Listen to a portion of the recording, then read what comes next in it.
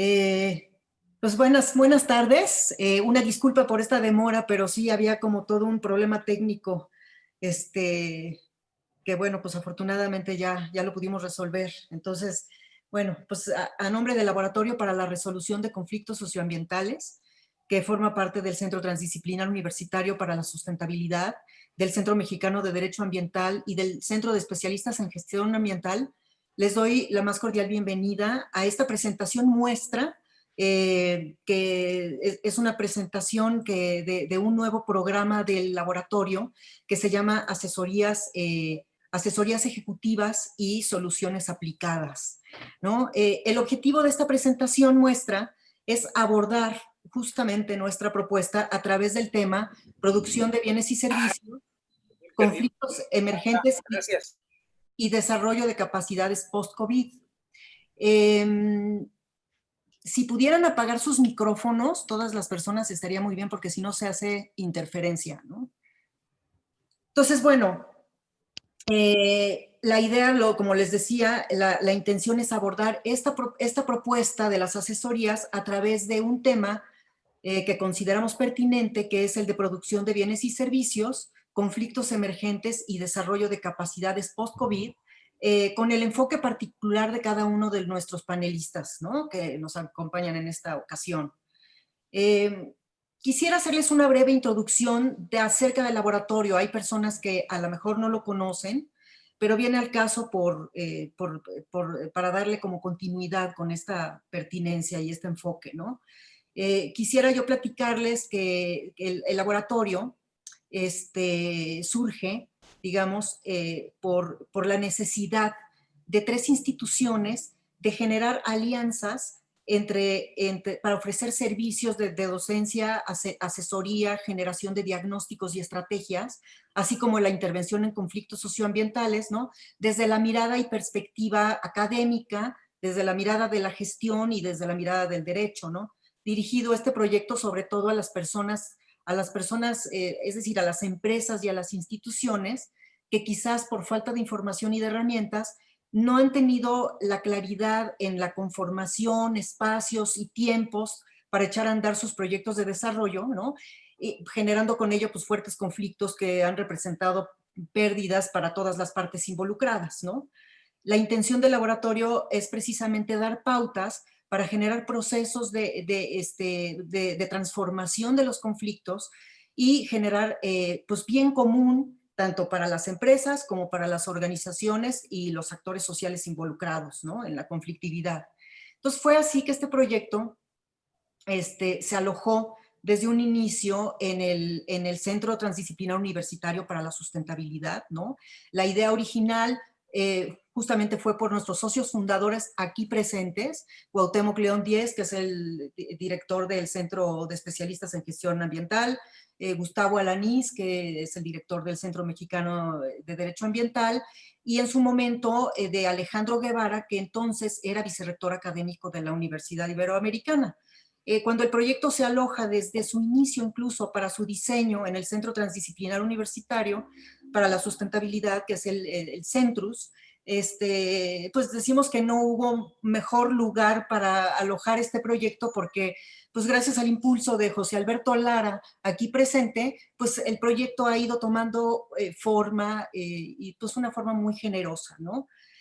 Parte del impulso, como muchos de ustedes saben, algunos han asistido a algunos de los conversatorios, ¿no?, han sido justo los conversatorios a través de los cuales hemos tenido la oportunidad de invitar a especialistas a hablar de temas de interés, de temas de actualidad en torno a conflictos socioambientales y que a través de los conversatorios también se han dado pues ciertas soluciones viables, ¿no?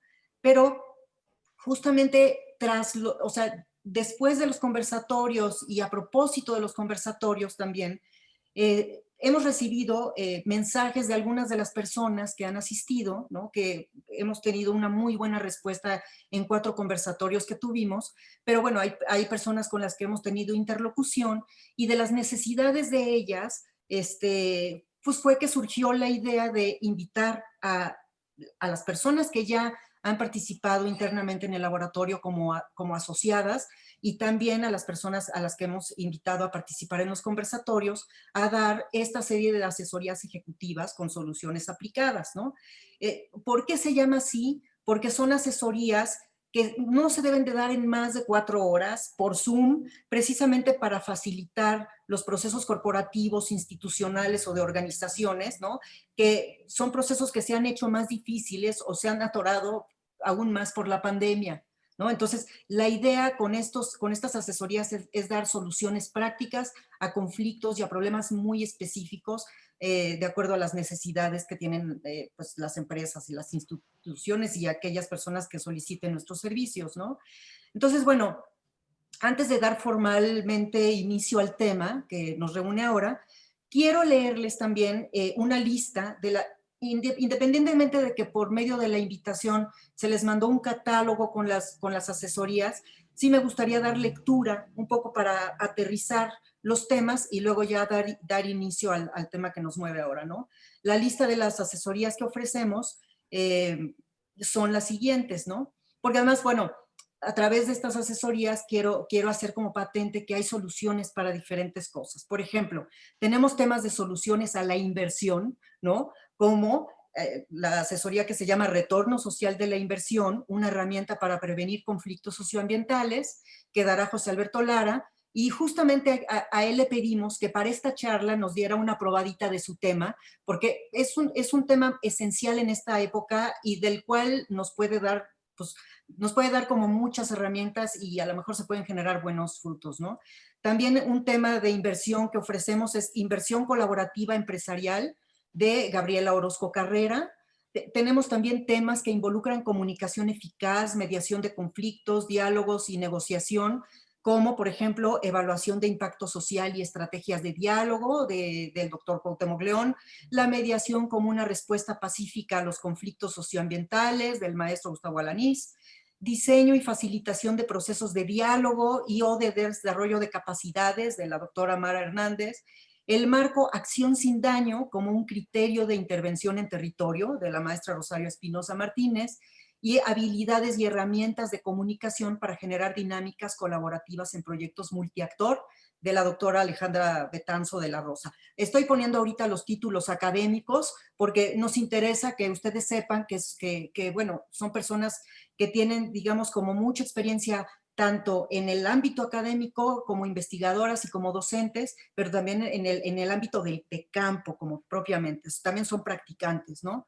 Entonces, bueno, también tenemos asesorías que apoyan a competencias de liderazgo, como es el caso de, por ejemplo, los fundamentos de la toma de decisiones, creando entornos organizacionales efectivos con enfoques y herramientas no convencionales, del doctor José del Tronco Paganelli. También tenemos liderazgo e innovación social de la maestra Montserrat Salazar Gamboa, o liderazgo y emprendimiento social del maestro Miguel Gallo Reynoso, todos ellos, por supuesto, representantes reconocidos en esta competencia de liderazgo. Eso nos queda clarísimo, ¿no? Contamos, por supuesto, con temas legales y estrategias jurídicas con perspectiva de construcción de paz, claro, como es el caso del análisis estratégico y jurídico para evitar y resolver conflictos socioambientales del doctor Raúl Gutiérrez Patiño, el paradigma de la justicia restaurativa para la prevención y atención de conflictos socioambientales de la maestra Katia Ornelas, y obligaciones jurídicas para establecer canales de diálogo y negociación de la doctora Elisa Cruz Rueda, a quien por cierto felicitamos porque justo el pasado 23 de octubre fue galardonada con la Medalla de Oro y Reconocimiento al Mérito Estatal de Investigación 2020 en Tuxtla Gutiérrez. Entonces, no sé si estés, Elisa, espero que sí y que no haya sido uno de los Raúl Esparza que eliminamos, pero si no, de cualquier manera queda aquí grabado y te mandaremos la grabación. Y bueno, regresando al punto, también contamos con temas que son más puntuales para conflictos o necesidades más específicas, por ejemplo, como el origen del desarrollo sustentable, conceptos y políticas para lograrlo, del doctor Alejandro Guevara, monitoreo de agua y resolución de conflictos hidrosociales, de la doctora Adriana Flores Díaz, experta en todos estos temas, técnicas de relacionamiento comunitario para la resolución de problemas locales, de la maestra Carolina Ruesga Fernández, y no puede faltar, por supuesto, la perspectiva de género como herramienta para la resolución de conflictos de la doctora Celia Arteaga Conde, ¿no? Tenemos temas también que involucran la relación social al interior de las empresas, bueno, al interior y al exterior, pero desde un enfoque sociológico también, ¿no? Entonces está, por ejemplo, la productividad social de los conflictos por proyectos de desarrollo de la doctora Sofía Dolutskaya y estrategias corporativas para el impacto sociosistémico y comunitario de la maestra Carolina Ruesga. Y por supuesto la gestión que se hace indispensable para prevenir los conflictos, sobre todo en esta época, está la gestión de riesgos e integridad pública para tu empresa del maestro Alejandro González Arreola y herramientas para la gestión eficiente ante el riesgo de conflictos corporativos con las comunidades de la maestra Marina Leal Pérez, ¿no? Entonces, bueno, estos ahorita son los temas que estamos manejando para las asesorías. Lo que les quiero decir también es que, bueno, son asesorías que se pueden, que justamente en el catálogo que se les envió, hay un apartado en donde dice asesoría a la medida de tu empresa, ¿no? Asesoría a la medida de tu institución u organización, ¿no? Con la intención de justamente de adaptar las asesorías al tema específico que a cada quien le interese tratar para su tema y tener así pues como un orden y una interlocución, ¿no? Por supuesto también, digo, a la hora en que a ustedes les interesara un tema, están invitados a llenar ese formulario y nosotros pues ya les haremos llegar la propuesta, etcétera, etcétera, ¿no? Las propuestas que tenemos, ¿no? Por supuesto todo es a precio de pandemia, entonces son súper económicas las asesorías, ¿no? Pero bueno, pues ahora sí que lo hacemos en un plan de ganar-ganar, ¿no? Y bueno, ya vamos a ir dando entrada. Les agradezco al público que nos acompaña, siempre es muy diverso, ¿no? Y por lo mismo súper enriquecedor. Agradezco también a las personas que nos acompañan en Facebook Live. Espero que las personas que no pudieron entrar al Zoom nos estén viendo por Facebook. Y por supuesto agradezco a quienes dan apoyo técnico, como son Ricardo Ruiz de Senda y Yavana Latapí de la Ibero, ¿no? Y por supuesto agradezco a los socios fundadores por haber accedido a platicar del tema de producción de bienes y servicios, conflictos emergentes y desarrollo de capacidades post-COVID, como una forma de introducirnos a la pertinencia de las asesorías y de quienes voy a dar ahorita pues una breve semblanza, ya para dar inicio. Entonces, José Alberto Lara Pulido es el director del Centro Transdisciplinar Universitario para la Sustentabilidad, CENTRUS, en la Universidad Iberoamericana. Es doctor y maestro en Economía y licenciado en Administración, profesor investigador del Instituto de Investigaciones para el Desarrollo con Equidad de la Ibero, miembro del Sistema Nacional de Investigadores, consultor en política pública en materia de política social y ambiental para el BID, de Nature Conservancy, la Agencia de Cooperación Alemana en México, GIS, y otras tantas organizaciones nacionales e internacionales. Ha escrito en revistas arbitradas sobre mitigación y eficiencia energética, agua y pobreza, decisiones de transporte, comportamiento ambiental, valoración económica de servicios ecosistémicos y expansión urbana. Bienvenido, José Alberto, muchas gracias por haber accedido a estar aquí. Muchas Luego gracias por la invitación. tenemos a Gustavo Alanís Ortega. Él es director del Centro Mexicano de Derecho Ambiental, CEMDA. Es abogado con maestría en Derecho Internacional y especialidad en Derecho Ambiental. Es parte de la 7ª generación del programa sobre medio ambiente y desarrollo, conocido como Leadership for Environment and Development del Colegio de México. Fue elegido miembro de la Junta de Gobierno de la Academia de Derecho Ambiental de la Unión Internacional para la Conservación de la Naturaleza. Ha sido articulista de los periódicos Reforma y El Universal. Es miembro del Consejo de Cambio Climático del Gobierno Federal y miembro de muchas otras tantas organizaciones. Y el doctor Cuauhtémoc. Gracias, Adela. Bienvenido, Gustavo, muchísimas gracias. Y qué bueno que pudiste entrar, porque si te hubiéramos eliminado ya no sabríamos qué hacer. Gracias. Luego está con nosotros el doctor Cuauhtémoc León, que es director del Centro de Especialistas en Gestión Ambiental. Es doctor en medio ambiente por la UNAM y los temas más recientes del trabajo que él hace están relacionados a la transición energética, al impulso de energía renovable en comunidades rurales, evaluación de impacto social y restauración de ecosistemas. Ha coordinado, diseñado y facilitado numerosos programas ambientales, manejo de recursos naturales, negociación y solución alternativa de conflictos. Bienvenido, Cuauhtémoc, qué bueno que estás aquí con nosotros. Gracias, Adela, mucho gusto. Y bueno, brevemente voy a decir cuál es la dinámica de la sesión, ¿no?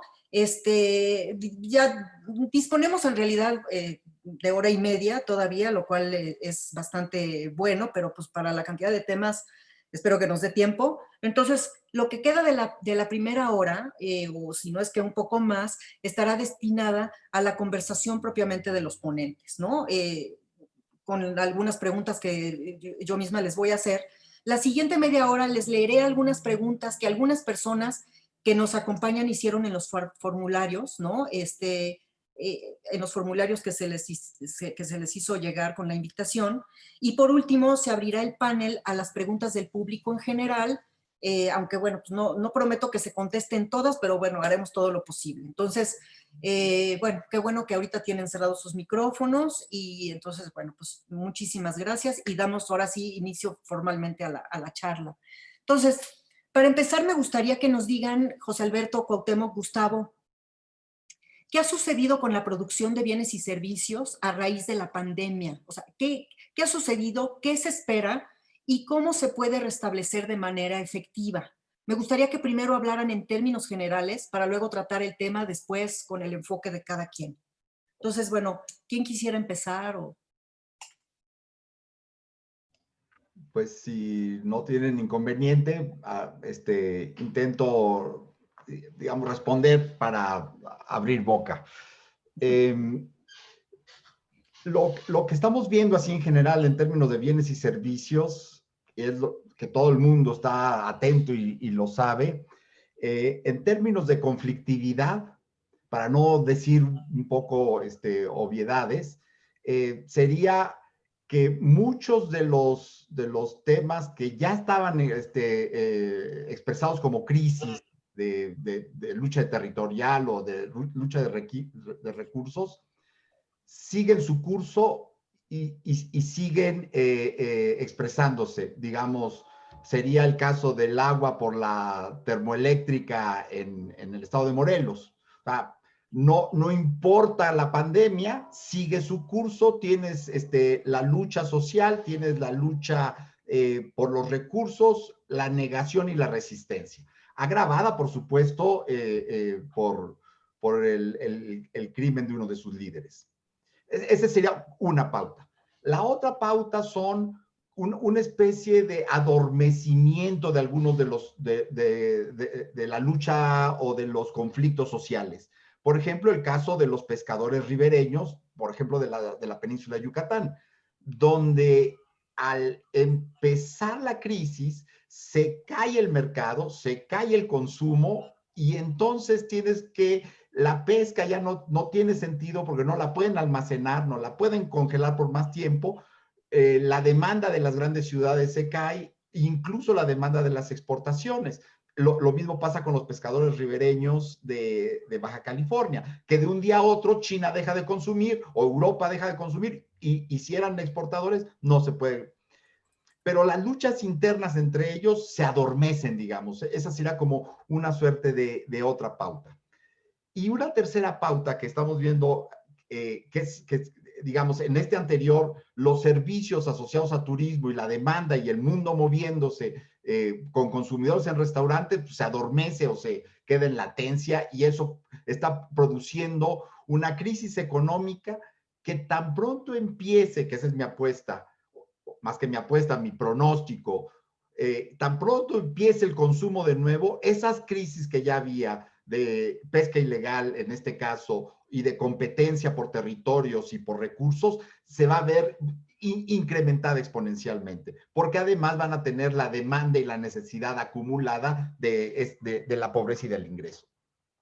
Y el tercer elemento que está ahí, igual que en el caso de la termoeléctrica, son la lucha por recursos, por ejemplo, con las mineras.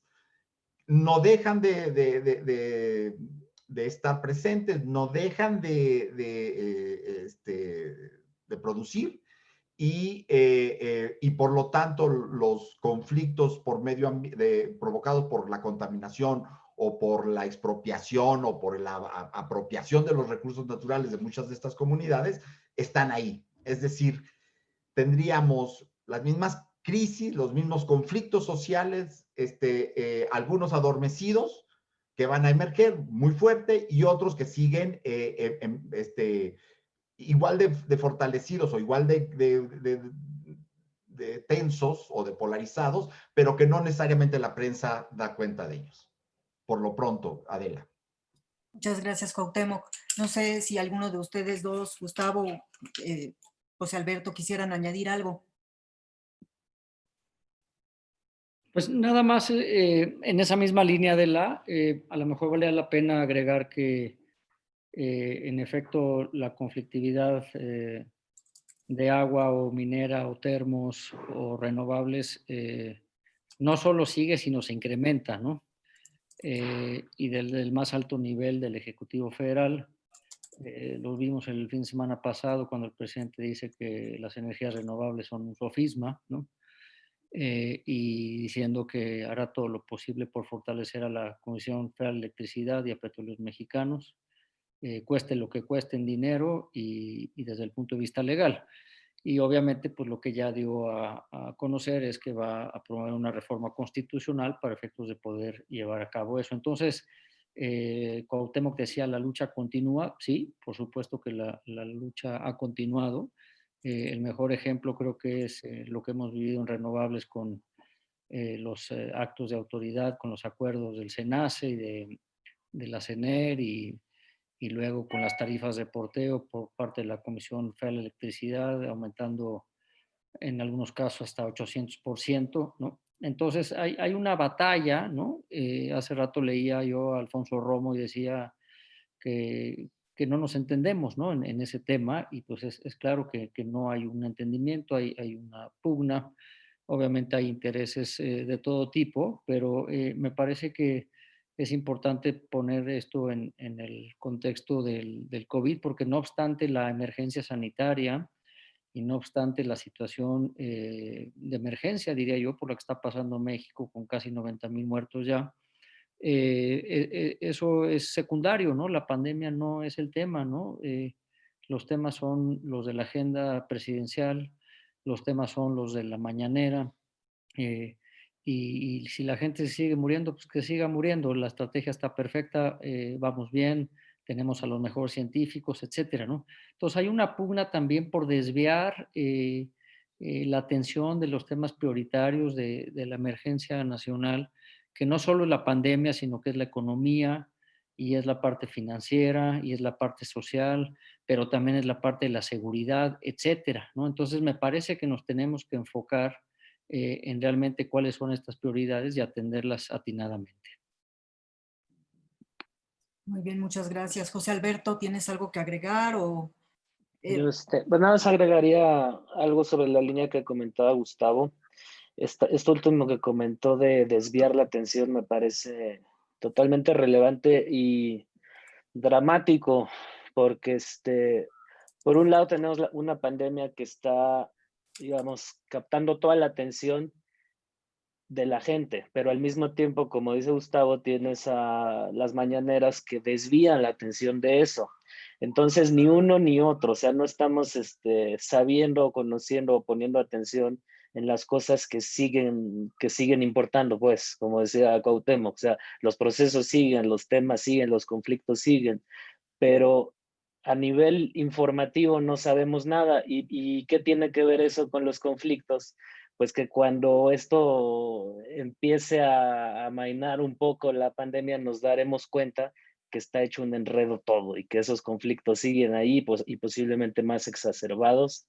Otro efecto que tiene la pandemia pues es polarizar, o sea, si de por sí estamos polarizados, se exacerba la desigualdad, separa la producción de algunas cosas, porque no es de todas. Entonces son unos sectores los que están parados, otros crecen. Entonces, cuando menos nos demos cuenta, vamos a tener un país mucho más desigual y mucho más exacerbado en muchas cosas. Y eso es caldo de cultivo para conflictos, solo eso.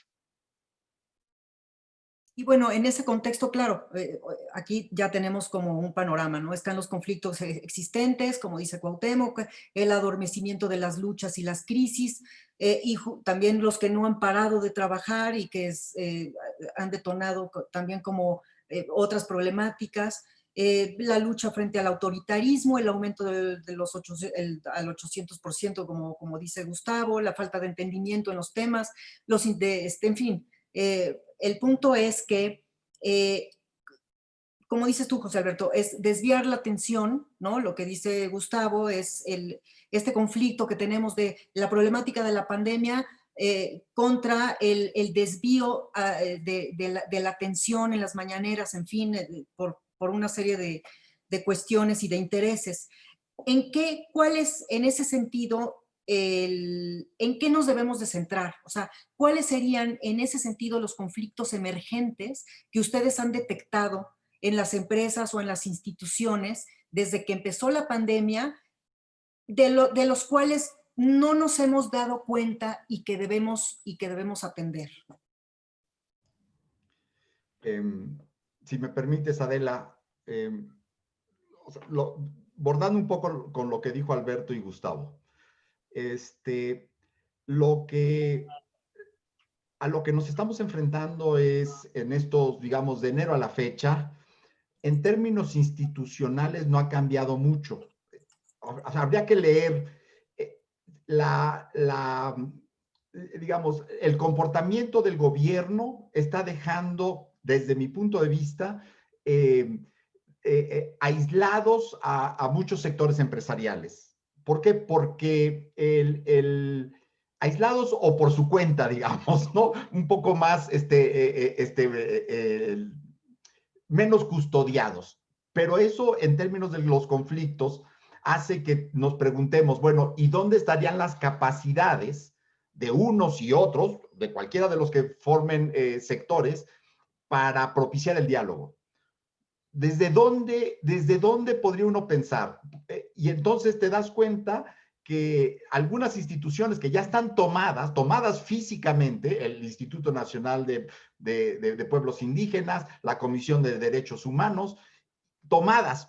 Y entonces tú dices, si aquellos que medianamente podían propiciar el diálogo, acelerados o polarizados por el mismo comportamiento del gobierno, haría uno que se pusiera a pensar, ¿y dónde tenemos las plataformas para propiciar el diálogo? O sea, ¿quién va a tener esa capacidad de convocatoria o quién va a tener la legitimidad de hacerse mesa redonda?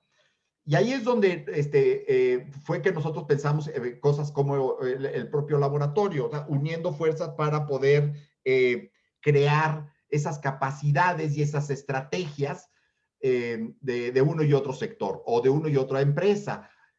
Por ejemplo, en el caso del agua, uno analiza la Comisión Nacional del Agua, que es gubernamental, sectorizada al sector ambiental, y te das cuenta que no tiene un solo departamento de negociación formal.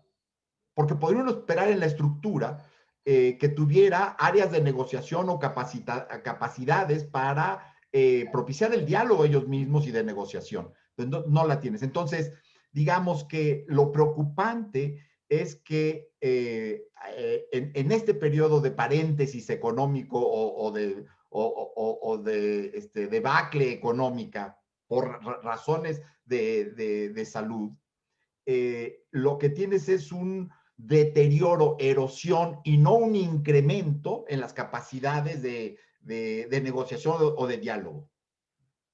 Y ahí le paro.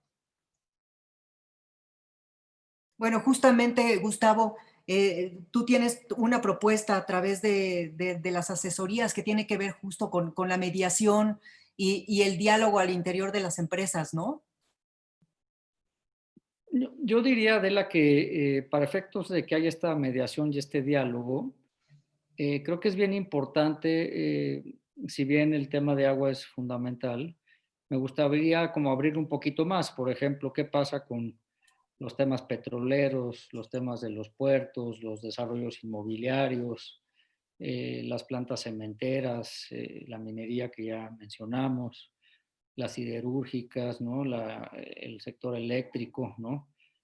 O por ejemplo, cuando alguien quiere instalar un confinamiento de residuos peligrosos, que se convierte en un problema social siempre fuerte porque nadie quiere un confinamiento cerca de su casa, ¿no? O los temas que están muy vistos como el Tren Maya, ¿no? Y yo creo que lo que debe de pasar en este tipo de sectores o de actividades o de proyectos es que deberían de conocer, deberían de interiorizar y guiarse por ciertos criterios, algunos principios, diría yo, y por un marco legal mínimo, ¿no? Que les es aplicable, que muchas veces ni siquiera el mínimo siguen desde la parte jurídica con la que tienen que cumplir, porque pues en el pasado estábamos muy acostumbrados a que eso era de segundo plano, ¿no? Y todo esto es importante porque así podemos evitar conflictos socioambientales. Y puedo poner, si me permites, puedo darles a lo mejor algunos ejemplos, ¿no? Muchos de esta conflictividad socioambiental se da porque muchas veces los pueblos indígenas, los ejidatarios, los campesinos, las comunidades, diría yo, se sienten vulnerados, que se les violan sus derechos humanos, sus derechos ambientales, sus derechos laborales, ¿no? Y entonces pues, hay que preguntarse al interior de las empresas si realmente estamos dispuestos a respetar estos derechos, a que, por ejemplo, den empleos justos, que se priorice la contratación y la capacitación de la población a nivel local como un primer elemento, ¿no?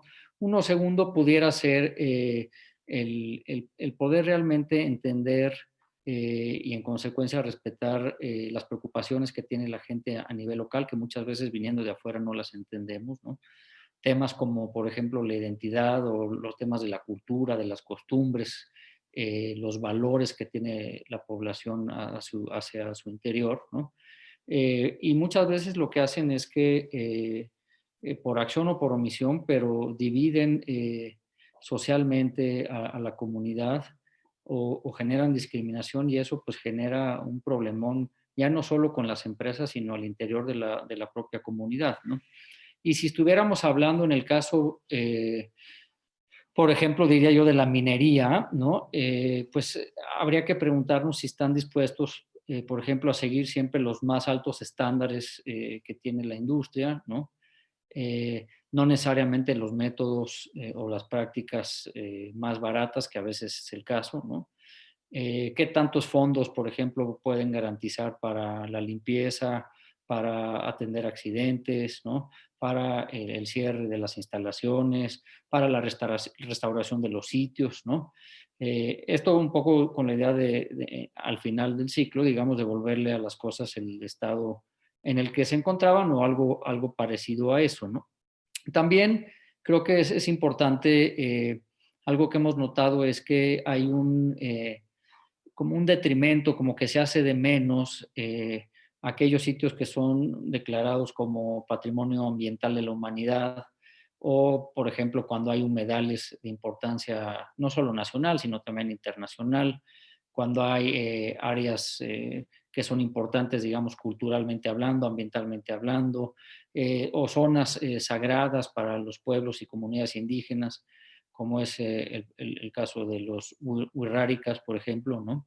Entonces, ¿qué tanto están, por ejemplo, dispuestos a respetar estas tradiciones, estas costumbres, estos aspectos que son, como decía yo, sagrados para estas comunidades? Y un ejemplo más, además de otros que tengo aquí en la cabeza, pero que los dejo para una siguiente intervención, pudiera ser que qué tan dispuestos están también, sin excepción, diría yo, a responsabilizarse de hacerse cargo de toda la basura, de los residuos peligrosos que se generan, de la contaminación que se da, por ejemplo, en las operaciones, ¿no? Hasta que terminan, como decía yo hace un momento, el ciclo de vida, ¿no? Para que, digamos, la parte ambiental sea rescatada y sea respetada lo más que se pueda, ¿no? Y obviamente, pues también evitar a toda costa la contaminación y la sobreexplotación de los cuerpos de agua. O sea, lo que quiero decir con todo esto es que tiene que haber realmente un compromiso serio con estas y con muchas otras causas, y así entonces seguramente vamos a evitar los conflictos socioambientales, porque la gente allá afuera, las comunidades, los ejidos, ¿no?, los indígenas, se van a sentir de alguna manera respetados, incluidos, tomados en consideración. Y eso es lo que muchas veces sucede. No es que no quieran los proyectos, lo que sucede es que no los tomamos en cuenta, no se les consulta, no se les pide una opinión, o se hace mal o se hace a medias, nada más para cumplir con el requisito, pero son consultas a modo. Entonces me parece que tenemos que ser muy sensibles para efectos de que, respetando y haciendo cumplir todos estos aspectos, podamos garantizar que esto está respetado y que los proyectos en un momento dado puedan ir adelante. Okay. O sea, en suma, tenemos conflictos de comunicación, de entendimiento sociocultural, ¿no?, de políticas. Es decir, el asunto viene siendo un reenfoque cultural, educativo y de comunicación, por lo que estoy entendiendo. ¿Ustedes cómo lo ven? Cuauhtémoc, tú que, por ejemplo, propones entre tus temas las capacidades para el diálogo, ¿tú qué opinas? O sea, ¿cómo se pueden dar estas capacidades para el diálogo para que todos estos sistemas interculturales, o sea, se puedan entender, o sea, podamos lograr un entendimiento entre los sectores, los diferentes sectores de la población? Sí, cuando nos imaginamos estas asesorías, estas 20 asesorías ejecutivas y soluciones aplicadas como gran nombre de paquetes, son, digamos, un conjunto de 20 expertos como Gustavo, como Alberto, como tú, Adela, como todos nosotros, que tenemos experiencia y técnicas o instrumentos. En el caso particular de lo que acaba de decir Gustavo y el propio Alberto, y con tu pregunta, podríamos imaginarnos que necesitamos transitar del requisito, digamos, a la licencia social y al reparto de beneficios. Y ahí nos estamos imaginando que en estas asesorías como trajes a la medida, alguien podría preguntar, oye, ¿cómo lo hago? ¿Cuánto me puedo ahorrar? Imagínate esa pregunta, Gustavo. ¿Cuánto me puedo ahorrar para que no haga una comunidad un amparo, que me pare la obra, no sé, poquito, 20 días, ¿no? Que es un dineral en términos de una obra. O sea, ¿cuánto y cómo puedo transitar hacia el diálogo? ¿No? Y ahí entonces ahí tienes las propuestas de algunos de nuestros colegas para decir, haz una consulta y hazla así. O sea, no solo apréndete la ley, ¿no? En términos de consulta vecinal o indígena o participativa, sino además piénsatela así porque te estás de una vez cumpliendo el requisito y ampliando tus posibilidades de diálogo. En el caso, por ejemplo, de diálogos para la paz, ¿cómo le puedo hacer para ser inclusivo? Y ahí tenemos elementos como para pensar que esta consulta no solo se vuelve un requisito, en el caso de un estudio de impacto social, no solo se vuelve un requisito, sino sea tu plataforma de corto y largo plazo de diálogo con los vecinos. El punto de prevención del conflicto o de creación de capacidades incluye que podamos entender las capacidades de nuestro interlocutor, porque en nuestra experiencia hay muchas empresas que tienen un conjunto, por ejemplo, de abogados que resuelven muchas cosas, pero no tienen sociólogos o antropólogos que les permitan decirles, oye, estamos generando un problema que va a ir creciendo y que va a inhibir el proceso mismo de la institución o de la empresa de su proyecto. Es decir, los costos de solo pensar y restringirse en términos de requisito pueden ser muy altos. Y tenemos la experiencia, por ejemplo, de Mareña, ¿no? De la eólica de Mareña. Que pensar nada más en el requisito o en cumplir un documento hizo minimizar el problema que tenían enfrente o incluso no visibilizarlo. Y tenemos ahí un problema de múltiples perspectivas de cultura. Pero un poco ahí lo dejaría para seguir la charla. Claro, en ese sentido, bueno, la idea y la intención con estas asesorías es pues dar como esa conciencia, ¿no? O sea, en este asunto de entender las capacidades de nuestro interlocutor, como dices Cuauhtémoc, por ejemplo, me lleva a pensar cuáles serían las capacidades también que se deben desarrollar en todo el contexto empresarial, institucional y organizacional para prepararnos, es decir, para que se puedan dar estos mecanismos de diálogo y de entendimiento y también prepararnos para la nueva normalidad, ¿no? Sí, a lo Adela, mejor, perdón. Quisiera adelante. retomar nada más lo que dijo Cuauhtémoc, me parece clave. O sea, las manifestaciones de impacto ambiental o todos estos requisitos, como dice, hacerlos mal no evita el conflicto. Al contrario, puede hasta exacerbarlo y sale más caro el caldo que las albóndigas. Cualquiera puede hacer una milla mal hecha, pero justamente este espacio, digamos, el laboratorio o lo que nosotros estamos buscando al ofrecer estas asesorías, es de ofrecer esas herramientas para hacerlo bien, para anticiparse. Lo dijo bien Cuauhtémoc al principio, ¿cuánto te ahorras por hacerlo bien desde un principio? Porque el costo ahí está, o sea, tienes que entrarle, eso es lo que las empresas o las organizaciones tenemos que entender, que el conflicto no se evita por cumplir una serie de cosas mal, cumplirlas mal, sino justamente son instrumentos que buscan que las cosas fluyan. Y como dijo Gustavo, no es que no quieran las comunidades, pero si a las comunidades nunca les pregunté, nunca les hice caso o simulé que les pregunté, en algún momento se van a oponer y a tal grado que van a detener proyectos eólicos de miles de millones de dólares. ¿Por qué? Porque no les pregunté qué era lo que ellos, cómo se veían en esos proyectos. Nada más eso. Sí, agregando a esta parte, Adela, que comentaba Cuauhtémoc de las capacidades y un poco siguiendo en la lógica de lo que comentaba yo en mi intervención anterior, por ejemplo, habría que pensar al interior de las empresas, de los corporativos, cómo actúan, digamos, desde el punto de vista ambiental. Son, digamos, ambientalmente amigables, son ambientalmente responsables y en consecuencia, ¿qué hacen, por ejemplo, para proteger la flora, la fauna? ¿Qué tanto hacen para contribuir a cuidar la biodiversidad, es decir, plantas, animales, ecosistemas, ¿no? ¿Qué tanto contribuyen en sus procesos productivos, por ejemplo, a usar los recursos naturales eficientemente? Y ahí incluyo la parte, por supuesto, energética, ¿no?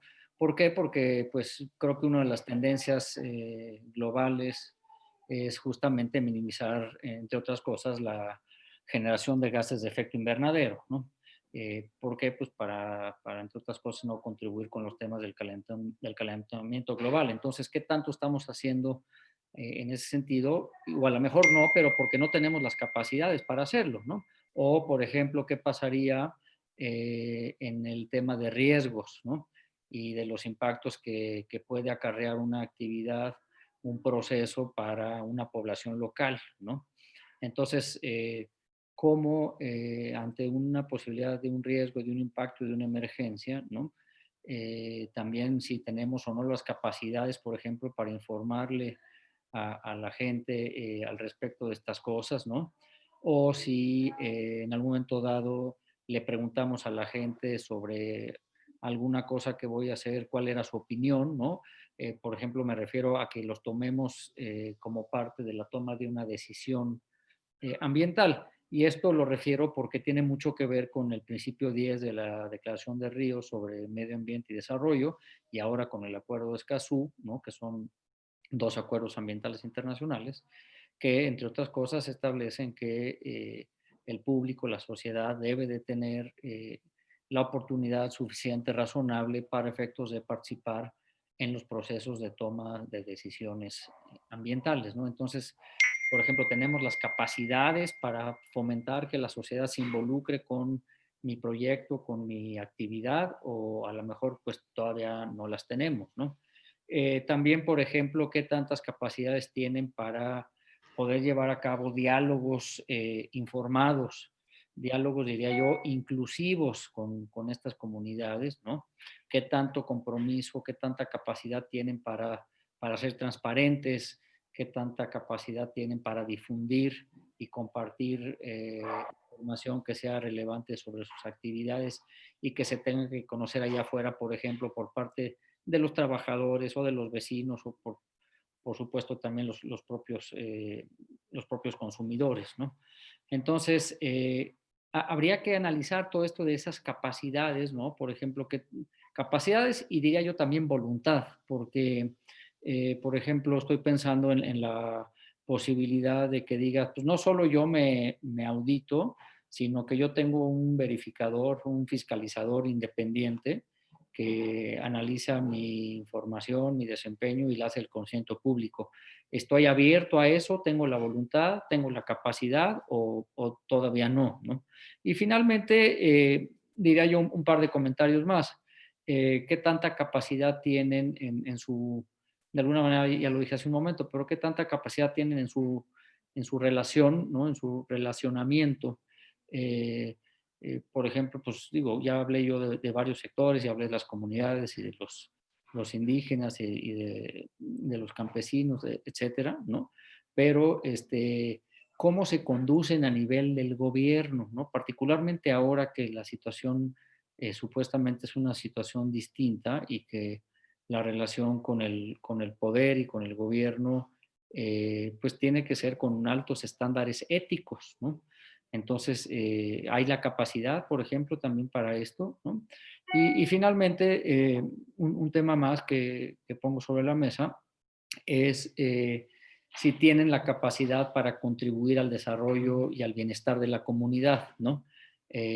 Yo creo que esto es importante porque la gente lo que quiere es puestos de trabajo, ¿no? Quiere prosperidad, quiere buenos sueldos o lo mejor que se pueda en la retribución económica, ¿no? Y entonces, pues estos son temas que si están bien atendidos, seguramente, como dije en mi intervención anterior, van a evitar tener conflictos socioambientales. Y bueno, que sí, al final de cuentas, estamos hablando de una capacidad de relacionamiento en toda la extensión de la palabra, ¿no? De generar nuevos puentes de comunicación. Como un poco me suena a esta necesidad de romper como estructuras, como que estamos en una época en la que está como ventana de oportunidad para las empresas, para las instituciones, de crear nuevas formas de relacionamiento con las comunidades por el bien común y por esta necesidad de preservar el medio ambiente y de conservación. No sé si estén de acuerdo conmigo y qué puedan aportar al respecto. Por ejemplo, José Alberto, a mí me llama mucho la atención tu enfoque del retorno social de la inversión. ¿A qué te refieres con el retorno social de la inversión en este contexto de conflictividad empresarial por efectos de la pandemia, por ejemplo, ¿no? Sí, mira, voy a aprovechar un comentario en el chat y lo que estaba diciendo Gustavo en su primera intervención, o en segunda más bien, respecto a que no se... Básicamente el conflicto empieza porque no se mete en la balanza o en la ecuación todos aquellos aspectos que importan o que pesan, ¿no? Entonces, cuando tengo una ecuación desbalanceada, pues se hace un caos. Entonces, se hace todo, se desbalancea hacia un lado y entonces tenemos los conflictos. Cuando no incluyes justo la voz de aquellos grupos que son afectados o todos los interesados, cuando no incluyes los efectos sobre el ecosistema, cuando tú no consideras eso en tu toma de decisiones, pues las cosas te van a salir probablemente bien a corto plazo, aparentemente, y después te van a explotar en las manos, que justo es el comentario que comenta, es que no dice su nombre, él tiene un número, dice 7. Entonces, bueno, dice, no se le da importancia a los aspectos socioculturales de los territorios, se centran en cuestiones técnicas económicas que muchas veces no son importantes para las comunidades. Quiero aprovechar este comentario para explicar un poco a qué me refiero con hola Marina Sil, a qué me refiero con retorno social a la inversión. El retorno social de la inversión es una técnica económica que te permite cuantificar o por lo menos poner un ordenamiento o dar una expresión, ya sea cualitativa o monetaria, de los efectos que tienen las inversiones.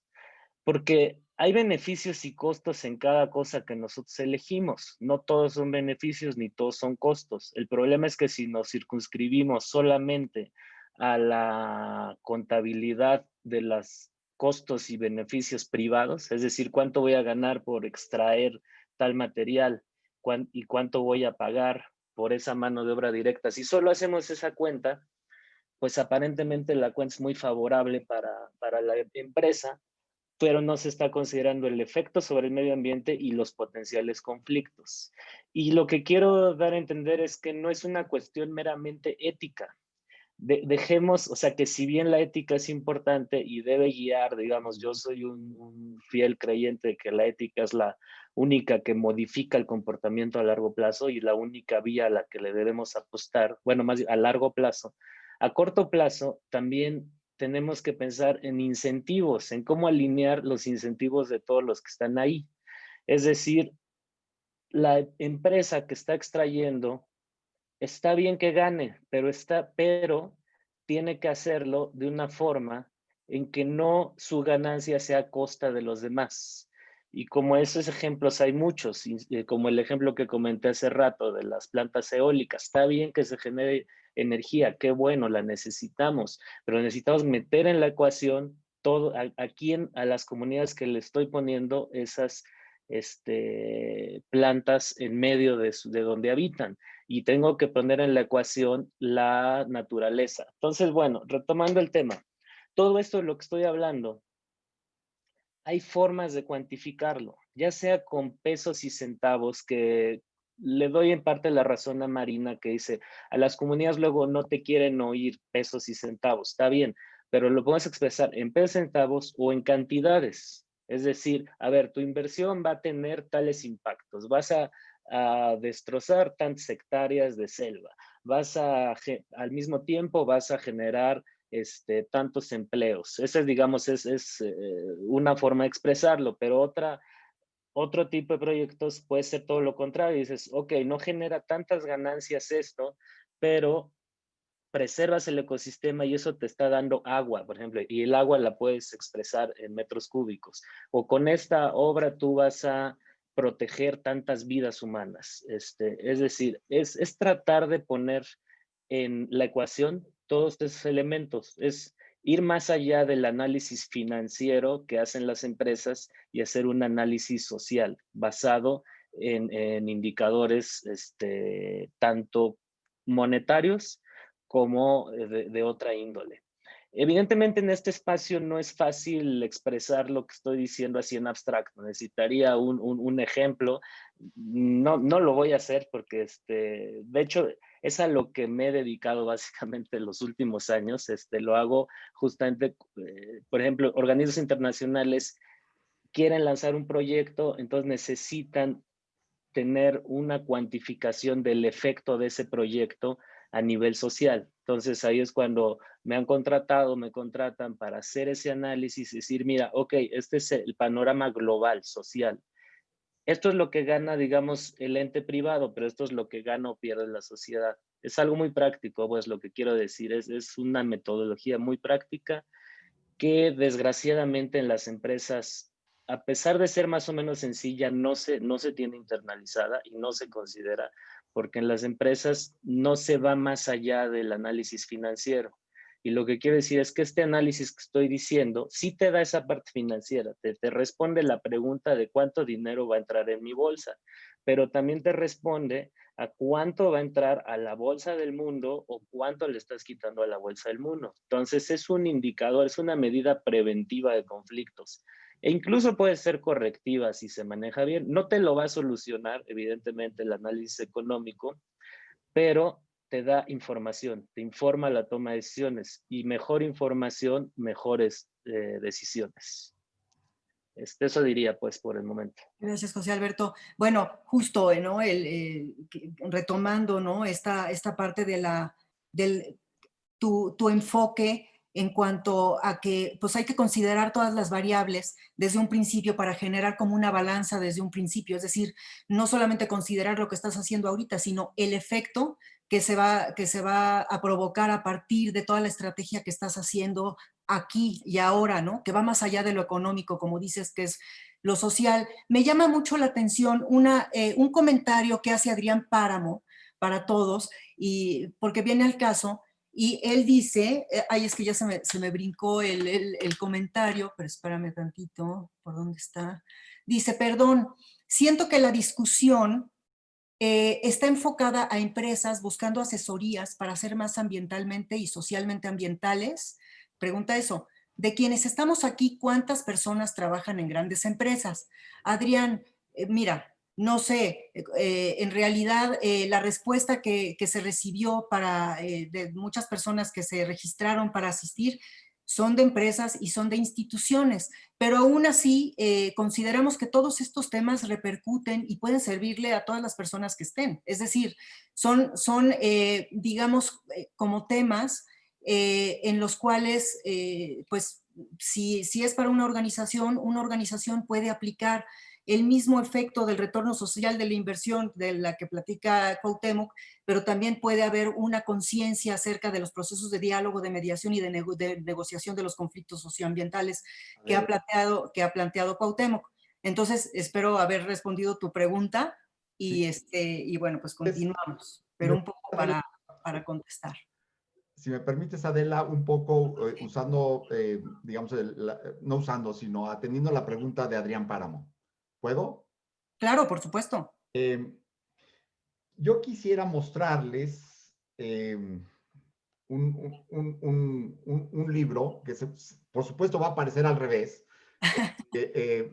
pero les voy a decir de qué se trata este libro y pensando en que un instrumento, un conocimiento es válido para cualquier condición. O sea, si alguien llega y me dice, es que los diálogos en las comunidades son perfectos, pues ya no hay mucho más que hacer, ¿verdad? Pero sabiendo que son imperfectos, uno puede aprender del análisis institucional o de la evaluación de impacto social para defenderse como comunidad o para defenderse como ONG.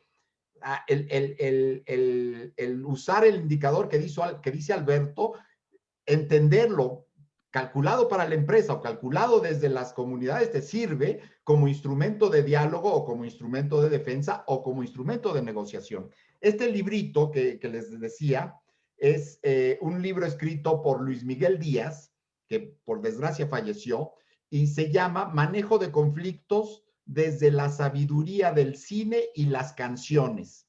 Más Chaplin y menos Platón. Es un librazo. Les voy a poner aquí en el chat, si me permiten, algo de Luis Miguel Díaz y ya lo pueden, digamos, utilizar. Lo voy a poner acá. ¿Dónde lo pongo? ¿Cómo lo pongo? En everyone. Y les pido que lo usen para ponerlo en el otro chat de Facebook, por favor. Es un instrumental de conocimiento muy bueno, didáctico, y usa cines, canciones y poemas para hablar de la necesidad de aprender y desaprender ciertas cosas para facilitar el diálogo o para mejorar tus capacidades de negociación. Estoy usando el libro como un pretexto para decir que el conocimiento o la asesoría es válida para el que la desee o para el que la pueda tomar o para el que crea que puede enriquecerse. En este caso, estábamos haciendo énfasis en las instituciones gubernamentales y empresariales porque, digamos, son los motores de la inversión hasta ahorita, ¿no?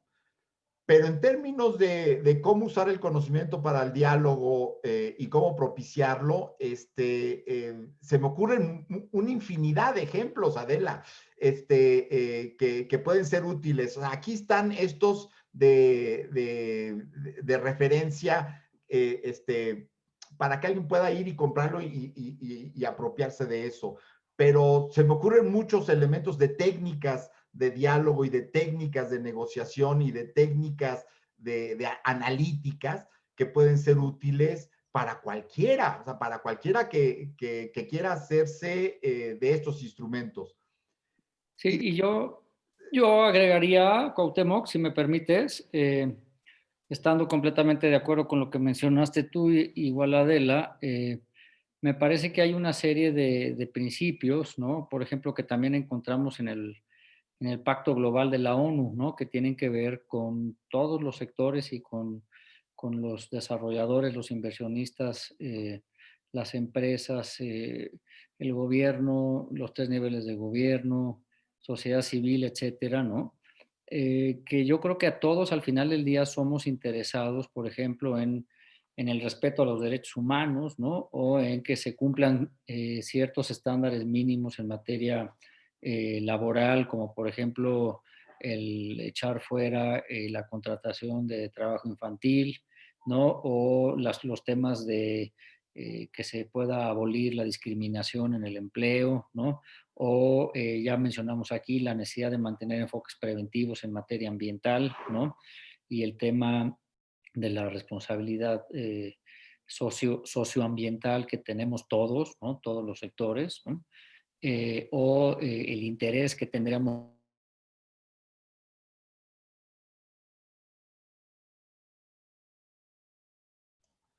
Ahí se cortó Gustavo. Sí, se congeló Gustavo. Eh, en lo que regresa, si me permites, Alberto y Adela, Claro. sabiendo que estamos al aire, no perder la oportunidad. Eh, yo diría dos cosas. Una, un poco como inicié la... Me sacó el sistema. ¿Ahí me escuchan? Ya te escuchamos. Me sacó el sistema, una disculpa. Lo que estaba finalizando de decir es que me parece que un tema que es transversal a todo lo que he dicho a lo largo de la tarde es el tema de la ley, ¿no? Y de la legalidad y el Estado de Derecho en el que todos y todo se tiene que conducir, ¿no? Y obviamente, si bien hemos referido mucho al sector gubernamental o privado que podría interesarse en la solución de los conflictos socioambientales, también me parece que del otro lado, ¿no? Digamos del lado de la sociedad civil, de los académicos, de los activistas, de los defensores ambientales, los científicos, etcétera, ¿no? Todos esos que estamos dando la batalla todos los días, creo que de lo que se esperaría de nosotros, ¿no? Y me incluyo en ese saco, es que nuestras quejas, ¿no? Nuestros reclamos, nuestras acciones, ¿no? En contra, en un momento dado, de desarrolladores o de inversionistas, pues que sean causas que se manejen con mucha responsabilidad, que sean causas legítimas, que estén bien basadas, que estén bien sustentadas, como lo hacemos nosotros siempre en los cines, en aspectos técnicos, en aspectos científicos, en aspectos jurídicos. Ya si ganamos o perdemos es otra cosa, pero tienes que actuar con mucha responsabilidad, porque si no te vuelves un charlatán desde allá afuera, ¿no? Y que, pues hay que reconocerlo, a veces sucede, ¿no? Entonces, de lo que se trata es que desde afuera, digamos, desde la sociedad civil y todos estos científicos y técnicos y etcétera que yo mencionaba, es muy importante que realmente exista un caso, que no se trate de un cacerolazo, ¿no? Que no se trate de un no porque no, de un no porque no me gusta, porque no me parece, ¿no? Sino que tiene que ser algo que vaya bien respaldado con una argumentación fuerte, sólida, ¿no? Lo cual, pues obviamente, si lo tienes, le va a dar mucha fuerza y mucha credibilidad y mucha legitimidad a la protesta, ¿no? Entonces, habiendo dicho esto, me parece que todo lo que he referido a lo largo de la tarde, pues debe ser honrado por todos, ¿no? Por todos nosotros, ¿no? Por los propios interesados, por ejemplo, en que sus proyectos vayan adelante, pero también por parte de las autoridades competentes. ¿Por qué? Pues porque las autoridades tienen que evaluar, tienen que autorizar, tienen que supervisar dichos proyectos.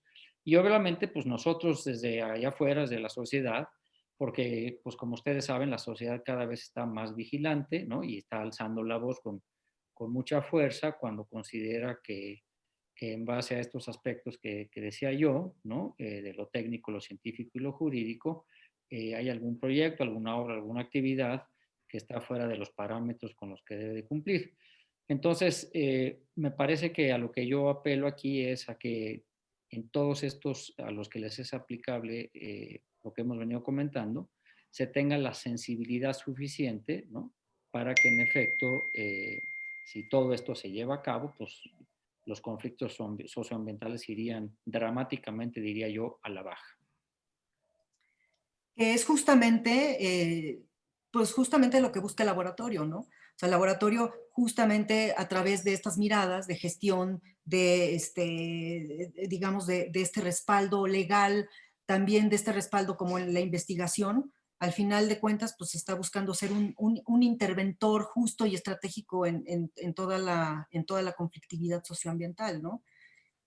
Al final de cuentas. Entonces, bueno, pero tú, Cuauhtémoc, que estabas diciendo algo, estabas empezando también con algo importante, Sí, antes de que entrara otra vez Gustavo. aprovechando el lapsus de Discúlpame, discúlpame. me interrumpiste, pero está bien.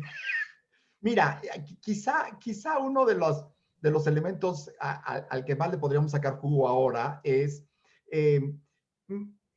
Gustavo, por ejemplo, en sus distintas luchas como institución, como Senda, ha desarrollado un montón de cosas que ya le podrían dar un manual para crear el diálogo y evitar la acción jurídica, ¿verdad?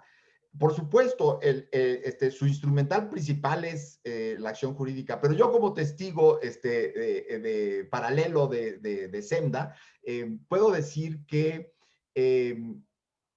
quizá el arma legal es un paso para el propio diálogo, no para que la decisión quede en un juez, porque mucho del punto del diálogo lo que uno podría pensar es el instrumento jurídico debería ser un paso, pero solo un paso, no para que decida un juez, sino un paso para que se pueda dirimir de otra manera entre los distintos actores en conflicto. Y ese diálogo, digamos, puede propiciarlo la propia acción jurídica o simplemente ser uno de los elementos más de la condición para propiciar ese intercambio de información entre los que están en el conflicto. Y digo entre los que están porque a diferencia de otros conflictos, los socioambientales siempre tienen múltiples actores. O sea, eventualmente tienes unos muy, muy evidentes, pero otros que no son tan evidentes y son múltiples. Cuando uno dice la comunidad, pues no es solo una comunidad, es elegido 1, elegido 2, el vecino municipio, los líderes productores de caña, los líderes productores de forestales, en fin, son múltiples actores. A lo que iba es que la visibilización de estos actores sociales es cada vez más fuerte. Y en este México que cambió y en este México post-COVID va a quedar la piel muy sensible. Y por lo tanto podríamos esperarnos que necesitamos más capacidades de todos para poder propiciar esos intercambios o esos elementos. Y ahí la cooperación entre uno y otro o la colaboración como palabra clave tiene en el corazón y cómo creamos confianza. ¿Cómo propiciamos para un diálogo X, cómo propiciar y cómo estructurar elementos de confianza entre uno y otro? No solo para que se empiecen a escuchar y a identificar, como al final, por mucha institución que haya y por mucha ejercicio, digamos, institucional que pueda haber de uno u otro lado, de cualquiera de los actores, en el haber tenemos muchas emociones y muchos sentimientos, y descubrir intuitivamente o investigando cómo pasaron las cosas se vuelve clave para poder hacer estrategias de diálogo. Y pensando en este instrumental, déjenme darles un ejemplo también de algo que puede ser muy útil. La UNAM creo que hace 2 años, publicó la traducción del libro de Adam Kahane. Y voy a compartirles en el chat para que también lo puedan usar luego los que quieran. estas referencias. Adam Kahane es un americano canadiense, es canadiense más bien, pero vive en Estados Unidos, y escribió un libro que se llama Colaborar con el enemigo. Cómo trabajar con quien no estás de acuerdo, no te agrada o no confías. Ese libro ya está publicado por la UNAM, está por supuesto en inglés, lo pueden bajar, se los recomiendo. Pero sigan a este profesional. Le estoy poniendo, su organización se llama Reos Partners, y tuvo una experiencia en México. Él trabajó, digamos, la historia de él es muy interesante porque trabaja con escenarios, pero para que tengan idea de ese instrumental de escenarios, vean la liga de la experiencia en México, que es Méxicos Posibles. La experiencia de Méxicos Posibles es muy importante. Crea 4 escenarios para México y lo propició con su técnica de diálogo. Vean el libro, estudien el libro. Son elementos de cómo crear confianza y cómo crear propuestas de diálogo multiactores, de múltiples sectores. Aquellos interesados, pues, yo podría hablar más de lo que es la institución y las experiencias de Adam Kahane, pero iba al centro de mucho de lo que hace Gustavo. Gustavo también crea pautas de diálogo, y fue por eso que coincidimos con Alberto y con la Ibero. Necesitamos nuevas formas creativas porque el diálogo es un arte y no está asociado a una sola disciplina, es todo un arte y se requiere de mucha creatividad, y por eso también la cita de Luis Miguel Díaz, ¿no?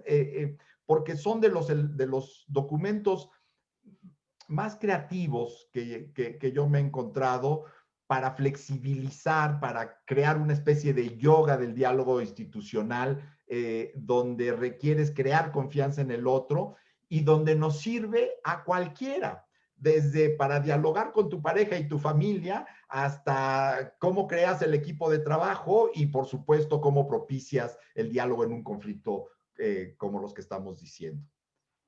Por lo pronto. Si me permites, Adela. Sí, claro, Gustavo. Estaba viendo el chat aquí, el mensaje de Adrián Páramo, donde dice que no ve a las empresas haciéndolo en buena onda, y dice más bien toca al gobierno hacer cumplir la ley, ¿no? Yo creo que eso sería lo lógico, lo normal dentro de un Estado de derecho, siempre y cuando se hiciera cumplir la ley de manera efectiva. Pero te doy un ejemplo, Adrián. En materia hídrica, por la pobreza presupuestal que hay ahora en el gobierno federal, las inspecciones han bajado 65%. Eso en materia hídrica. Imagínate la Profepa cómo estará, ¿no? Hay una pobreza tal que no hay ni gasolina, ni para una llanta, ni para, olvídense, no hay dinero con qué hacerlo. Entonces, yo quisiera pensar como tú, pero también ante la nueva realidad que estamos viviendo, me parece que tampoco se trata de una buena onda, porque hay cuestiones de ley que se tienen que cumplir y que no son opcionales. Y si no las cumples, ahí es donde viene el papel que yo decía de la sociedad demandante, ¿no? Presionando con acciones legales, obligándote a hacer cumplir la ley y que estés dentro del cauce de la legalidad y del Estado de Derecho.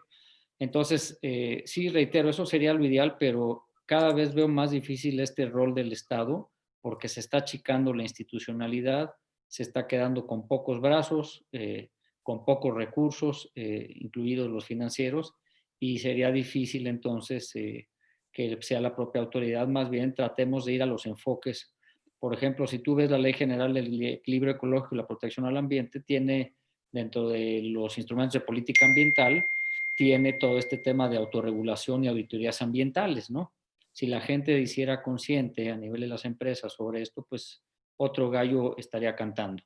Sobre lo que comentaba Cuauhtémoc, que estoy de acuerdo con él, el tema de la confianza es fundamental. Si no hay confianza no puede haber nada, ¿no?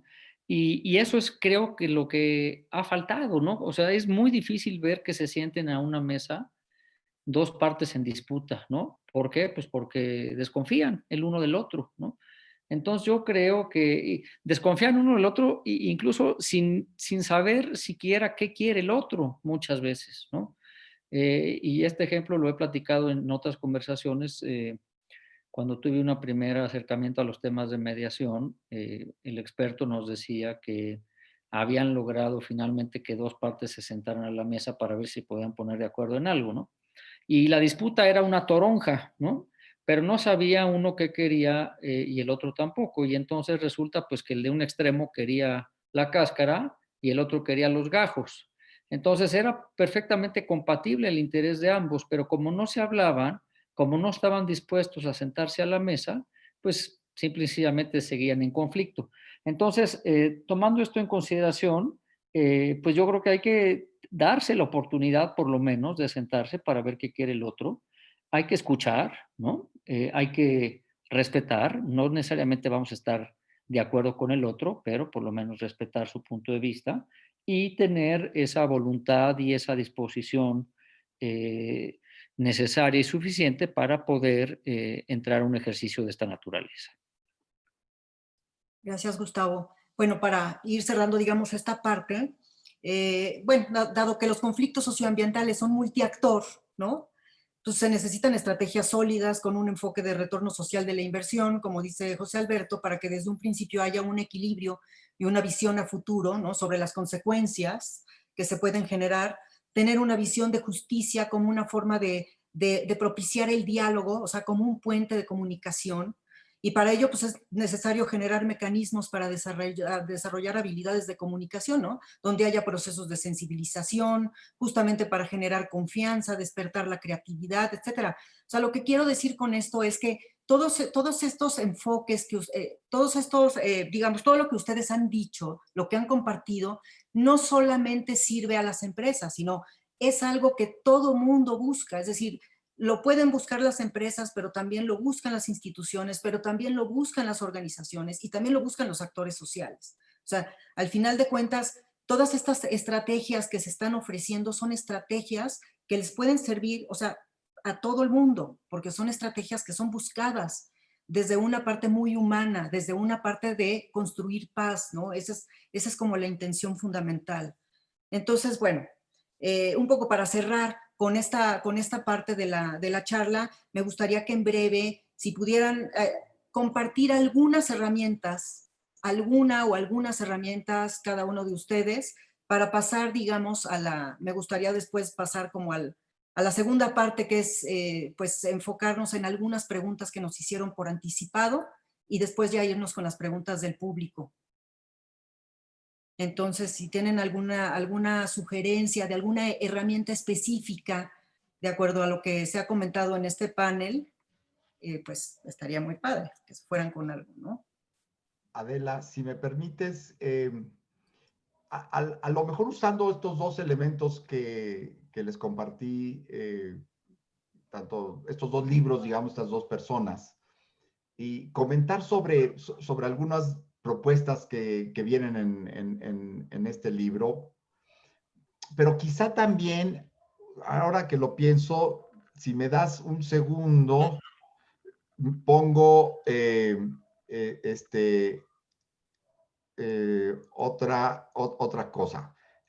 Ya lo estoy copiando, dame un segundo y ya lo comparto acá para ponerlo. Estoy poniéndoles el vínculo de una organización mexicana que es el Instituto de Mediación de México, que tiene su sede hasta donde entiendo en Sonora, y les pongo el vínculo de una de sus tantas charlas que hacen en Facebook, y en particular de esta chilena Rosa María Olave, que le hacen una pregunta que es muy interesante y que yo creo que es muy ilustrativa. Lo que le preguntan es, ¿cuáles son las barreras para el diálogo en unas condiciones de conflictos sociales complejos? Dije, oye, qué maravilla, o sea, está sintetizando prácticamente media hora las 9 grandes barreras del diálogo, y una de ellas que mencionan ella misma en esta charla, digo, para no repetir, vayan y vean la charla, porque además más interesante con una experiencia fenomenal que tiene esta Rosa María Olave. Pero pensando en la pregunta que hace Dana aquí, que dice, ¿cómo se atendería el tema de las asimetrías de poder entre comunidades y empresas? Y bueno, uno de los elementos que esta Rosa María menciona es que hay una suerte de trampa en el diálogo, que es pensar que el diálogo disminuye el conflicto por sí mismo. Dice, no, o sea, aguas, el diálogo empieza a propiciar el intercambio, pero no va a disminuir el conflicto, porque el conflicto va a seguir mientras empiezas el diálogo. Y suponer que el diálogo, en este caso, permitiría crear desde la comunidad como un signo de debilidad, ¿no? O sea, ¿cómo o por qué podría el diálogo considerarse debilidad, dado que yo ya tengo la fuerza, o en el caso de la empresa, yo ya tengo los permisos? Chequen los 9, 8 puntos, porque uno de los tantos dice, el diálogo no sustituye, y esto le va a gustar mucho a Gustavo, si el diálogo no es un sustituto de la acción de la justicia. Entonces, ejemplos como ese, o las dificultades como esas es, si hiciste algún acto que merece un juicio o una sentencia, que dialoguemos no quita eso. O sea, tú mataste a alguien de la comunidad, bueno, pues que siga su proceso a la justicia y seguimos dialogando, ¿no? Dice, no se puede ver, ok, ahorita vemos que sí, cómo lo resuelve. Pero bueno, en términos de instrumentos, yo les acabo de compartir 3 grandes, ¿no? Lo de Adam Kahane, que dice, desde el título del libro, ¿te puedes sentar con tu enemigo? Aunque no te guste, no confíes, te puedes sentar. Y dice cómo, ¿no? O da las pautas del cómo. En el caso de Luis Miguel Díaz, en ese libro y otros como lo que él ha escrito, abre la pauta y dice, todos tenemos posibilidades de negociar, todos tenemos en nuestra vida y en nuestras capacidades sociales elementos para propiciar negociación y mejorar nuestras relaciones. Esos elementos pueden explicitarse a través de un montón de cosas. En uno de sus capítulos, por ejemplo, dice, vamos a usar una canción, que es la de Antonio Machado. Dice, porque en los procesos de negociación no deberías ya de tener la solución de antemano, se hace camino al andar. Entonces, usa como el conocimiento popular, las moralejas, para propiciar esos procesos de diálogo. Y último, digamos, un poco que es lateral, dónde se aprenden las cosas o dónde están las técnicas. Hay muchas técnicas de muchos segmentos de diálogo.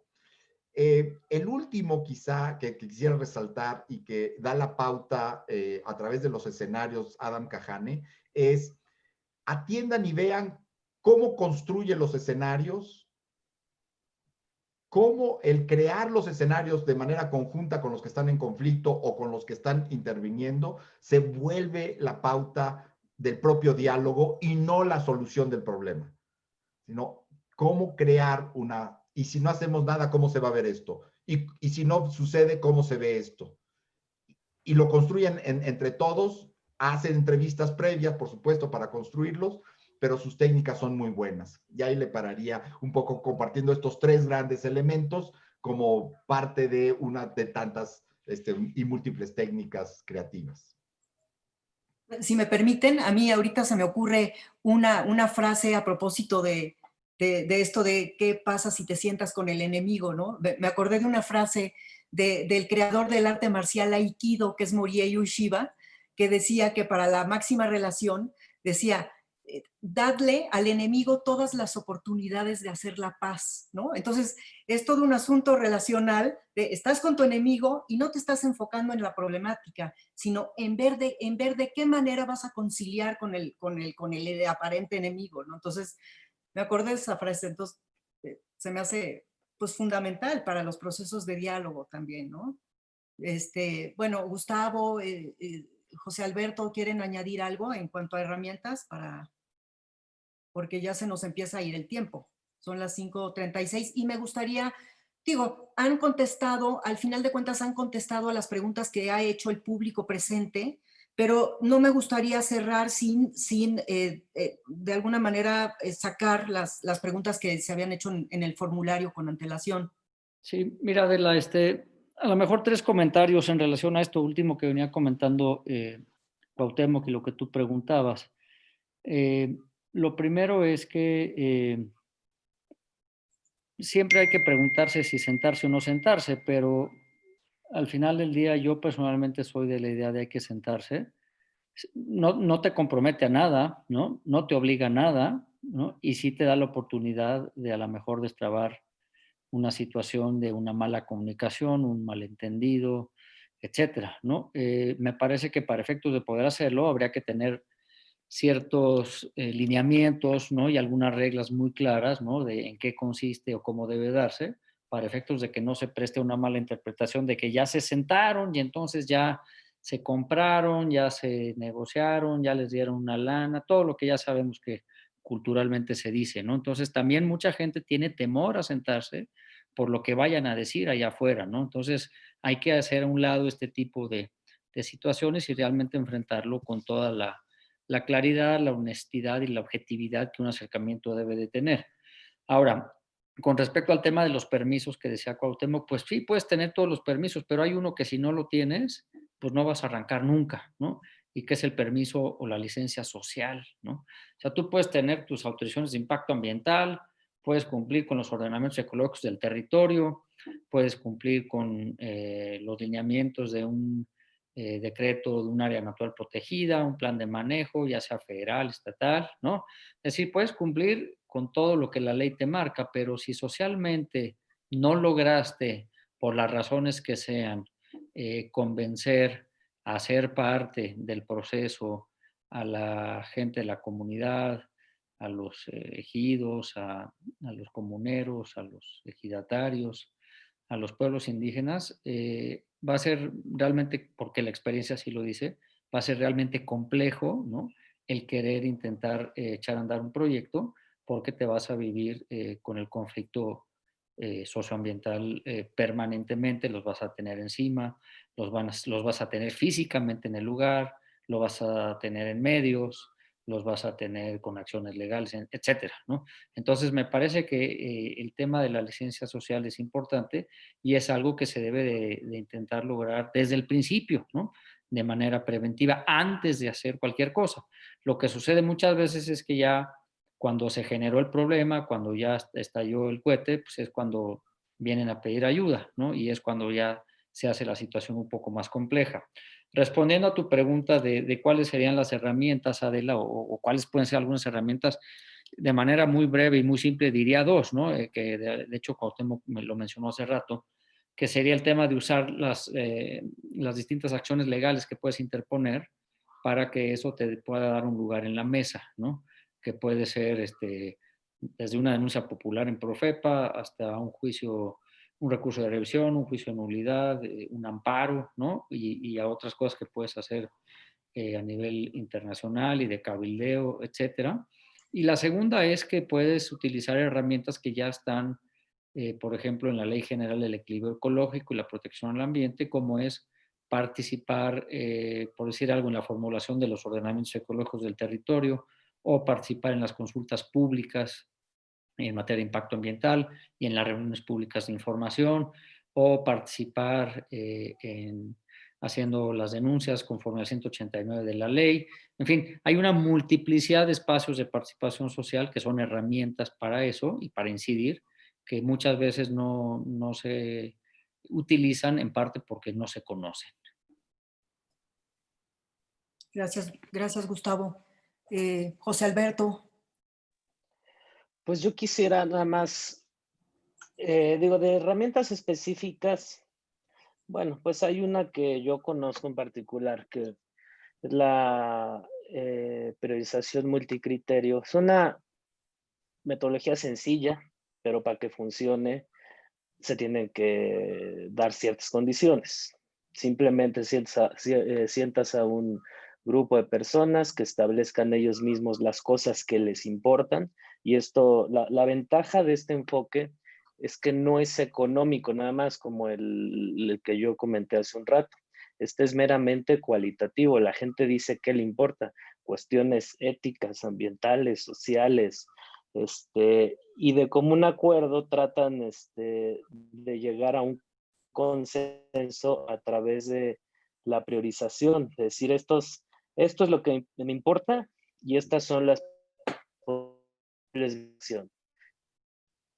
Entonces, cada uno califica lo que le va importando y al final aparece un mapa de qué es lo que más pesa de las decisiones que se tienen como disponibles. Dije hace rato, esto deben haber ciertas condiciones para que funcione. Generalmente en estos grupos, como ustedes saben, siempre hay un carismático, alguien que dice, habla, habla, y entonces esa persona probablemente va a exponer o va a empujar sus intereses. Es decir, a lo que voy no es una metodología infalible, no es la panacea para resolver controversias, pero como esa hay varias que de manera sistemática nos permiten ir orientando nuestras decisiones. Que esas condiciones, por ejemplo, dependen de un buen facilitador, alguien que le dé la palabra a cada uno, trate de invitar a los que no están hablando, trate de moderar a los que están hablando mucho, digamos, ya es la habilidad del moderador. Y a lo que voy con esto, bueno, es una técnica, pero lo encadeno con que le echen un ojo a las asesorías que comentó Adela al principio, las estoy poniendo en el chat. ¿Por qué?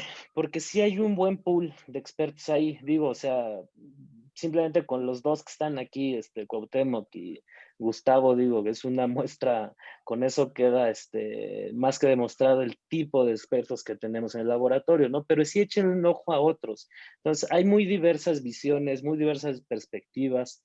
Yo simplemente hablé de una que es la económica, pero también hablé de esta otra, la cualitativa. Evidentemente el enfoque de Gustavo es el derecho. Cuauhtémoc pues más tiene todo este bagaje de técnicas para manejar el conflicto. Entonces, no importa si son de empresas, no importa si son de organizaciones, nosotros los invitamos a que se acerquen y ya veremos. A lo mejor puede que salga algo, puede que no salga nada, pero en el proceso ya nos conocimos y las redes son importantes. Entonces, bueno, esto parece un mensaje de conclusión, pero bueno, nos quería aprovechar, hasta a lo mejor ya no vuelvo a hablar. Entonces, pues muchas gracias, Adela, Muchas gracias. y a mis colegas. Muchas gracias, José Alberto. Pues bueno, nos quedan 15 minutos, ahora sí que para cerrar. Creo que las preguntas que se han generado en esta sesión por parte del público, pues ya han sido contestadas, pero por ejemplo, mandaron muchas preguntas en los formularios, pero algunas yo mismas les puedo ir contestando después, pero hay algunas preguntas que me parece que pueden responder ustedes.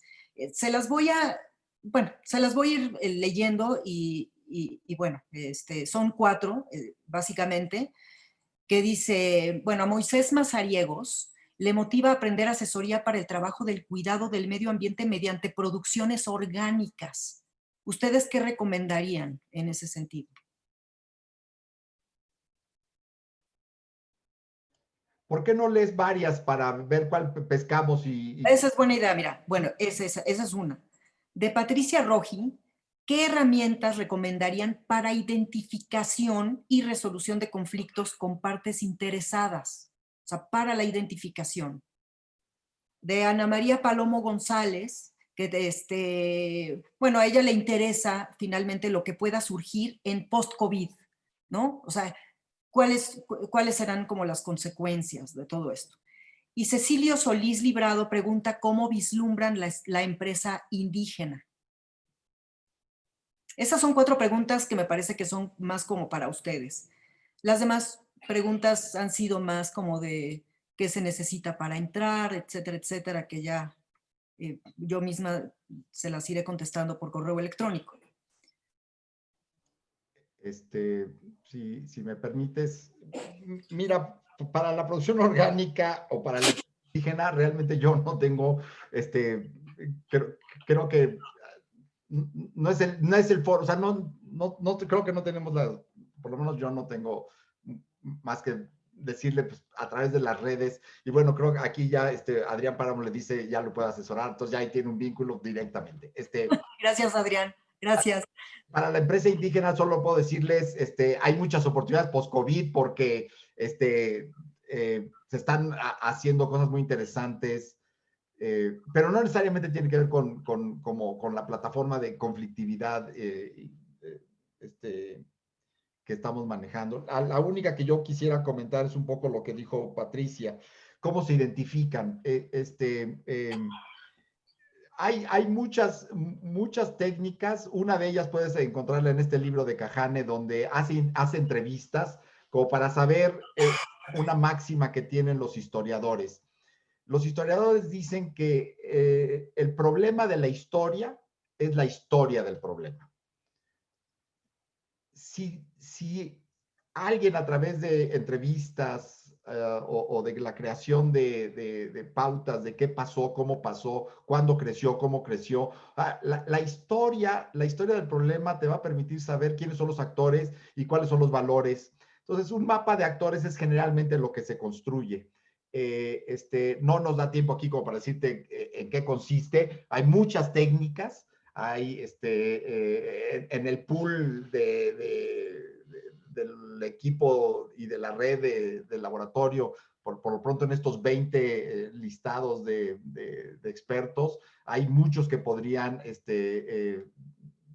asesorar cómo hacer un mapa de actores, que se vuelve clave la pregunta para saber de qué tamaño es el número de afectados por un problema o por la evolución de un problema o por la expresión de uno de los conflictos. La forma en que estamos pensando estas asesorías es la estructura tiene como una suerte de inicio con conceptos. O sea, si alguien solicitara alguna de estas asesorías, sería como un traje a la medida. Es, por ejemplo, para el impacto social o para estrategias de diálogo, la idea sería que el que lo pide tiene unos problemas, tiene un documento de impacto social o tiene un problema de diálogo. Entonces, sería como cubrir una parte básica de la estructura de conceptos y métodos, y luego ya respuestas específicas al problema que están planteando con mucha confidencialidad para que se pueda explorar de uno y otro lado la evolución y posible seguimiento de diálogo o de asesoría en general. Yo tengo la impresión que lo que estamos intentando impulsar en estos conversatorios y webinars y seminarios de laboratorio y con la interacción de todos nuestros colegas es pautas distintas, creativas, de diálogo y de educación mutua, de aprendizaje mutuo, para explorar distintas formas para resolver problemas, para resolver conflictos o para ayudar en su evolución, para crear las plataformas de diálogo, porque sabemos que los conflictos solo se van transformando y crear los elementos para que no tenga crisis es la clave. De tal manera que si podemos evitar, como decía Gustavo, o voy a interpretar lo que decía Gustavo y Alberto, si podemos evitar el pecado de origen, que es ignorar al otro, no verlo, no tomarlo en cuenta, y en este caso concreto, en un territorio dado, que sería el equivalente a que en nuestra cocina alguien llegue y diga, no, pues voy a cocinar en tu cocina, y dices, oye, ¿cuándo me pediste permiso? Entonces necesitas licencia y acuerdos para que cuando vayan a usar tu cocina, te digas, oye, qué raro, se enojaron, ¿no? Se enojaron los otros porque fuimos a usar sus bosques, su agua, sus minas, su territorio. Necesitamos soluciones más creativas y ahí lo pararía, Adela. Gracias, Cuauhtémoc. ¿Alguien más? Pues mira, Adela, en complemento a lo que estaba diciendo Cuauhtémoc, que en relación a los cuestionarios y a acercarse a los líderes, otras herramientas pueden ser el feeling que te dan los medios de comunicación, ¿no? Y también quiero cerrar esta respuesta con un ejemplo. Creo yo que una herramienta puede ser acercarse a quienes están en el medio. Y les doy un ejemplo de ayer. Me escribieron de una institución y me dicen, les leo textual, está muy corto. Me dice algo de contexto. Nosotros realizamos un proceso rutinario de debida diligencia en todas las solicitudes que realizan las empresas antes de poder unirse a nuestra iniciativa. Realmente solo prohibimos la adhesión a empresas del sector tabaco y armamento. E invitamos a todas las demás a que se unan y se comprometan a implementar ciertos principios y la Agenda 2030. Sin embargo, buscamos evitar adherir a empresas con problemas abiertos o no solucionados. Tal es el caso de una empresa mexicana grande cuyo historial reciente presenta retos ambientales importantes sin resolver. Te quiero consultar acerca de esta empresa, pues no logro ver correctamente noticias que nos ayuden a entender su estatus y mejor aún conocer si hay litigios abiertos. Entonces, cierro con este ejemplo porque puede ser una herramienta, ¿no?, de cómo poder tratar de identificar cuestiones como las que nos estaban planteando aquí. Gracias. Gracias, Gustavo. José Alberto, ¿alguien más? Pues, Yo ya me había despedido hace rato, entonces no tengo nada más que agregar lo que dijeron Gustavo y Cuauhtémoc. Pues bueno, yo un poco para reforzar lo que han dicho sobre sobre las asesorías que se dan. Yo he sido testigo, incluso he sido alumna de algunas de las personas que están dando asesorías. Entonces, yo sí les puedo decir que hay técnicas maravillosas que se emplean, como los círculos de paz, como la acción sin daño, como algunas técnicas de mediación y de resolución de conflictos, o sea, técnicas específicas de diálogo para resolución de conflictos. En fin, o sea, yo creo que pues tenemos un panorama bastante amplio. Yo estoy muy entusiasmada particularmente con este programa de asesorías, porque pues todos y cada uno de las personas expertas que están aquí son personas muy generosas al dar sus herramientas, ¿no? A través de, digamos, son personas que han estado en campo durante muchísimo tiempo, ¿no? Entonces, pues yo creo que están en muy buenas manos, que hay que aprovechar la experiencia al final de cuentas, ¿no? Para también crear una comunidad, porque también parte de la intención del laboratorio es ir creando una comunidad cada vez mayor, más grande, para crear procesos de bien común y de construcción de paz, ¿no? Entonces, pues bueno, yo creo que pues aquí la dejamos, porque aparte ya son 5 para las 6. Pues agradezco mucho su presencia, Cuauhtémoc, Gustavo, José Alberto, muchas gracias por haber estado aquí. Gracias a todas las personas que asistieron. Una disculpa a las personas a las que votamos pensando que eran bots, porque estaba mal puesto el nombre, pero pues precisamente por eso yo misma me haré cargo de hacerles llegar la liga de la grabación de esta sesión. Y pues con esto damos por terminado. Cualquier cosa que necesiten, mis datos están en el cartel que les envié. De todas maneras, mi correo electrónico es adela.salinas@ibero.mx. Entonces, me tienen a sus órdenes y bueno, pues muchísimas gracias por su asistencia. Gracias a ti, Adela, por la moderación y gracias a todos los que nos escucharon y por supuesto un gusto estar con José Alberto y con Cuauhtémoc. Buenas tardes a todos. Gracias. Y gracias a Ricardo y a Yavana por su ayuda técnica y gracias a todas las personas que nos acompañaron por Facebook Live. Gracias. Hasta luego. Gracias. Buenas tardes a todos. Hasta luego. Buenas tardes. Gracias a todos y hasta la próxima.